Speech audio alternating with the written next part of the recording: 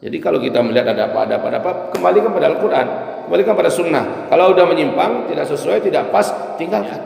Nah, ulama-ulama ini melihat tanda-tanda alam yang sesuai dengan hadis Nabi ini sudah terjadi di Al-Baidah, yakinlah mereka bahwa sosok Al-Mahdi itu sudah di dalam kota Makkah.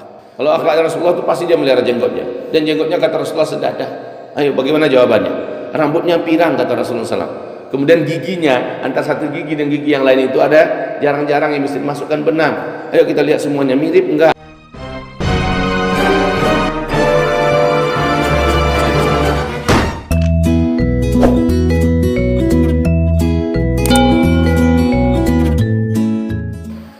Assalamualaikum warahmatullahi wabarakatuh.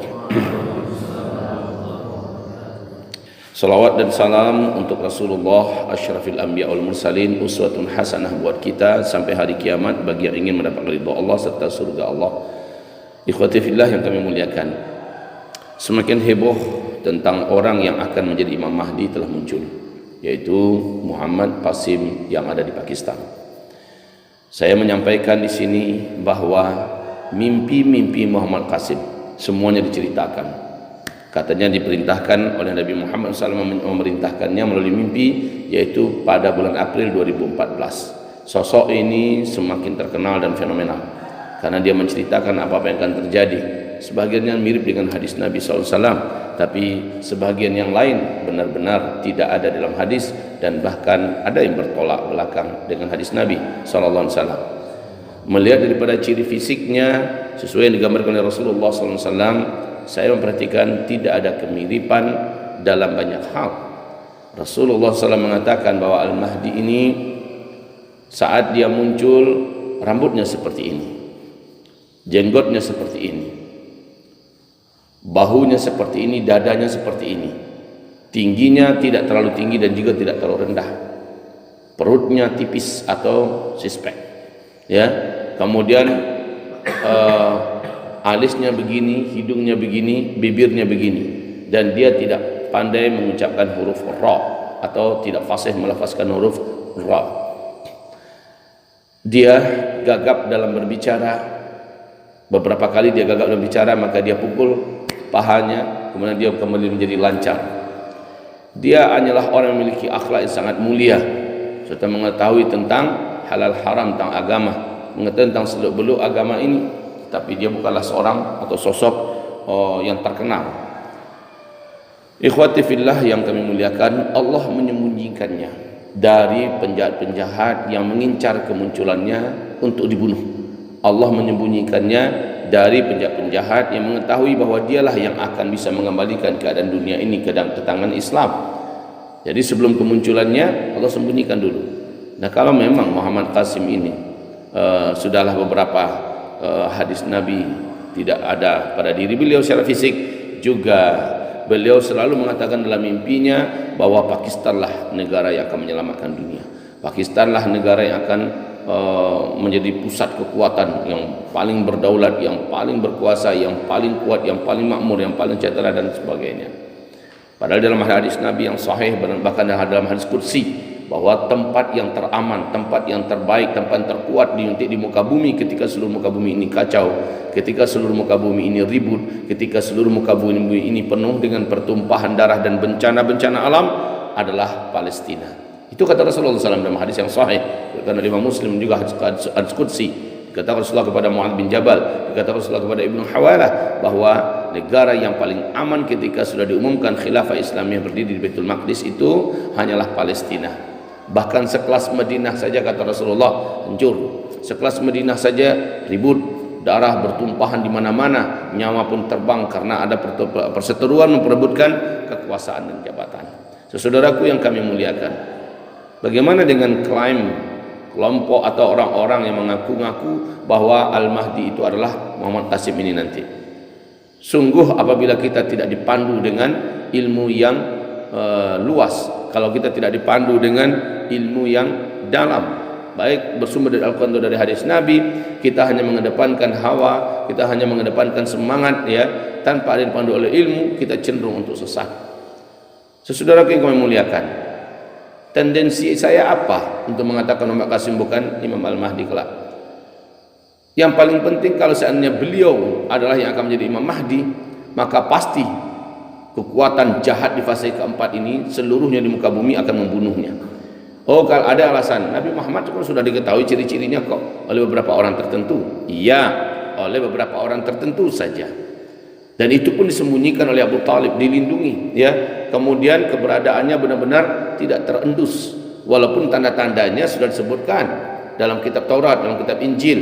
Jadi orang-orang yang ahli agama di kalangan Nasrani sudah mengetahui tanda-tandanya sudah muncul. Berarti sudah saatnya, seperti waktu itu bintang ada bintang berekor sudah terbit dari sebelah timur, dan itu disaksikan oleh rahib-rahib Nasrani, dan mereka sangat yakin berarti sosok yang akan menjadi nabi terakhir itu pasti sudah lahir.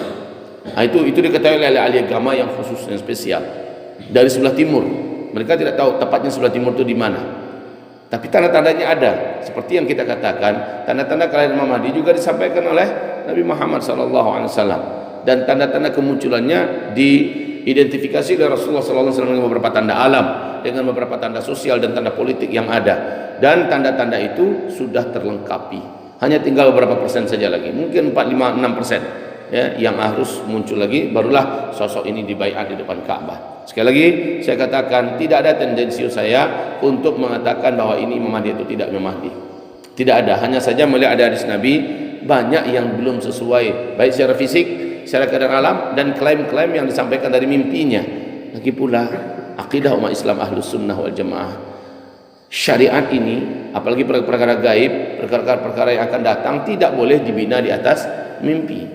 Tidak boleh berlandaskan dalilnya adalah mimpi. Kalaupun ada dalilnya mimpi, karena banyak kesesuaian Pak Ustadz, beberapa yang dikatakan disampaikannya betul-betul terjadi. Oke, apakah Rasul tidak pernah mewasiatkan kepada kita, taraktu fikum amrain ma in i'tasamtum bihima lan tadillu abada.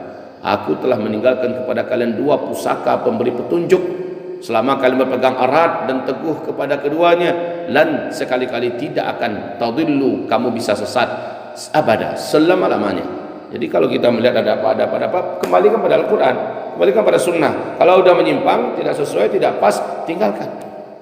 Jangan dipercaya, jangan diikuti, dan bahkan menjadi siap untuk membela Muhammad Qasim, mati demi Muhammad Qasim. Ini sudah sesuatu penyimpangan, saudaraku. Ya, saya pun demikian. Saya tidak mengatakan bahwa Muhammad Qasim itu pasti bukan Imam Mahdi. Saya tidak berani mengatakan demikian. Akan tetapi tanda-tanda yang dalam hadis Nabi tidak ketemu pada beliau dalam beberapa titik. Maka saya berani mengajak, ayo diskusi kita baik-baik, kawan-kawan yang merasa yakin bahwa Muhammad Qasim itu kelak adalah Imam Mahdi. Ayo diskusi dengan baik dengan saya. Saya ada di tempat. Senin sampai Kamis saya ada di tempat. Buat jadwal dengan tim saya, dengan manajemen saya akan sediakan waktu dan kita diskusi. Ya, jadi dan ini juga sebenarnya bukan masalah yang menentukan kita kafir dan kita tidak kafir, bukan, saudaraku. Ya, bagi saudaraku yang yakin bahwa kelak Muhammad Qasim lah Imam Mahdi, dan ternyata memang benar-benar Imam Mahdi, maka selesai sudah. Kita semuanya akan berbaiat kepada beliau. Tapi apabila mengatakan orang yang tidak percaya bahwa Muhammad Qasim nanti Imam Mahdi, maka dia adalah murtad, dia adalah sesat. Ini berbahaya. Ini berbahaya karena perkara ini perkara yang sangat perkara yang sangat sensitif. Memang benar bahwa ijma' para ulama Ahlus Sunnah wal Jamaah mengatakan yang mengingkari kemunculan Al-Mahdi kelak setelah Imam Mahdi muncul, maka murtadlah dia, ya, murtad. Sepertiga dari umat Nabi Muhammad nanti saat Imam Mahdi sudah muncul dan sudah dibaiat di depan Ka'bah, menolak dia. Maka orang-orang yang menolak itu dari umat Nabi Muhammad, mereka murtad. Dan ini ijma' para ulama Ahlus Sunnah wal Jamaah salaf dan khalaf. Tetapi kan setelah muncul, kalau sebelum muncul janganlah kita mengeluarkan fatwa yang tidak kafir, murtad, yang segala macamnya. Masya Allah, apakah antum tak tahu, ya, betapa dengkinya Yahudi dan Nasrani ketika mereka tahu bahwa Nabi Muhammad SAW itu ternyata bukan dari kelompok mereka munculnya, dan mereka berusaha untuk membunuhnya. Ya, saudaraku, bukankah kita sudah dengar bahwa keberadaan Al-Mahdi itu akhirnya terendus, yaitu ada di Madinatul Munawwarah. Lalu dia dikejar oleh 300 orang pasukan yang dikirim oleh raja terjahat dari Damaskus, kata Rasul. Ya, raja ini disebut oleh Rasulullah dengan sebutan Sufyani. Kemudian para ulama-ulama di sekitar calon Al-Mahdi ini yang sudah genap di usia 40 tahun mewasiati dan menasihati beliau serta mendampingi beliau untuk lari dari Madinah, sebab yang mengejar ini sudah diarahkan menuju Madinah. Sesampainya mereka di Madinah, Madinah pun diobrak-abrik, rakyat dan masyarakat dipaksa untuk mengaku di mana sosok ini. Ternyata orang bersangkutan sudah lari, ya, sudah lari, sudah masuk ke kota Makkah. Mereka mengejar pasukan infanteri, kata Rasulullah, pasukan darat. Mereka tidak membawa kendaraan, mereka berjalan kaki dengan senjata lengkap, senjata manual. Kemudian sampailah mereka di Al-Baida, sebuah kota berbatasan antara Madinah dengan Makkah. Maka Allah gempakanlah kota Al-Baida, terbelah kota itu dengan gempa ini, terbelah. Semua bangunan yang ada, toko-toko, semua penduduk dan masyarakat yang ada di atasnya, termasuk pasukan 300 orang tadi, 299 yang masuk ke dalam belahan bumi karena gempa ini, dan mereka mati semua. Satu orang yang Allah biarkan selamat, dan satu orang inilah yang membeberkan dan memberitakan kepada dunia bahwa mereka tenggelam di Al-Baida demi mengejar seorang lelaki untuk mereka habisi. Maka ulama-ulama yang sudah ada di Mekah dari berbagai penjuru negara, mereka tidak pernah ada perjanjian dan kesepakatan untuk ketemu di Mekah, tapi qadarullah memang mereka sudah menanti-nanti kata Imam Mahdi dan mereka ada di Mekah, ya. Nah, ulama-ulama ini melihat tanda-tanda alam yang sesuai dengan hadis Nabi ini sudah terjadi di Al-Baida, yakinlah mereka bahwa sosok Al-Mahdi itu sudah di dalam kota Makkah. Mereka pun sibuk mencari di manakah orang yang akan mereka baiat. Nah, karena para ulama ini tahu dari hadis bahwa dia sedang tawaf, dia akan didapatkan nanti ketika sedang tawaf, ya. Maka singkatnya ketemulah laki-laki tersebut dan ditangkap oleh para ulama-ulama ini, lalu beliau dicecar dan dituntut untuk mau dibaiat. Laki-laki ini mengelak, sebab dia memang tak tahu, ya, tak tahu mau buat apa maksudnya. Bahwa pada dirinya ada tanda-tanda, ya, nasabnya jelas macam itu memang diakui, karena dia adalah lelaki jujur yang berakhlak mulia, ahli ibadah yang sangat soleh dan taat. Tapi dia tak tahu nak mau buat apa. Dunia yang sebegini hancur mau dia perbaiki, keadaan yang begini parah mau dia tata kembali, ekonomi yang sudah morat-marit, kelaparan di mana-mana, perang dan perang, ya, dia mau buat apa? Maka dia sadar siapa dirinya, walaupun tanda-tanda itu ada pada dirinya, dia menolak. Sementara Muhammad Qasim, walaupun dia tidak mengaku bahwa dirinya adalah Imam Mahdi, tetapi pengikutnya saja yang terlalu semangat mengatakan beliau adalah Imam Mahdi, ya, juga dari orang biasa, bukanlah orang istimewa dan sebagainya. Akan tetapi saudaraku yang kami muliakan, syattan. Kalau menurut penyampaian Rasulullah SAW, bagaimana dengan karakter orang ini? Dia adalah orang yang berilmu, mengerti tentang rambu-rambu syariat agama Allah Subhanahu wa taala. Akhlaknya ada di puncak kemuliaan ketinggian. Yushbuhni fil khulqi wa la yushbihuni fil khalqi. Dalam hal akhlak dia benar-benar mirip dengan aku, kata Rasulullah. Saat dia akan dibaiat itu akhlaknya sudah sangat mirip dengan Rasulullah sallallahu alaihi wasallam. Pertanyaan saya, Muhammad Qasim ini akhlaknya mirip Rasulullah enggak? Kenapa jenggotnya enggak ada? Kalau akhlaknya Rasulullah itu pasti dia melihara jenggotnya. Dan jenggotnya kata Rasulullah sedadah. Ayo, bagaimana jawabannya? Rambutnya pirang, kata Rasulullah SAW. Kemudian giginya, antara satu gigi dan gigi yang lain itu ada jarang-jarang yang mesti dimasukkan benang. Ayo kita lihat semuanya mirip enggak gitu ya. Jadi begitu saja saudara yang kami muliakan.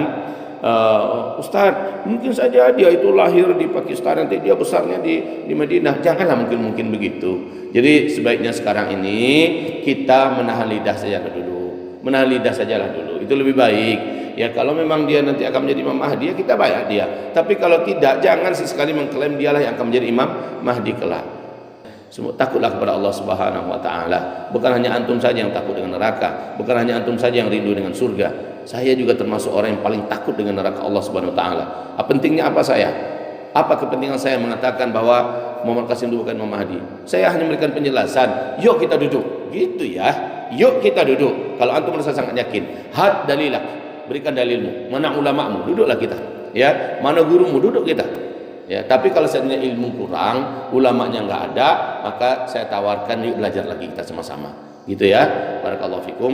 Jazanallahu iyyakum jazan katsira. Subhanakallahumma wa bihamdika asyhadu an la ilaha illa anta astaghfiruka wa atubu ilaik. Wabillahi taufiq wal hidayah. Wassalamualaikum warahmatullahi wabarakatuh.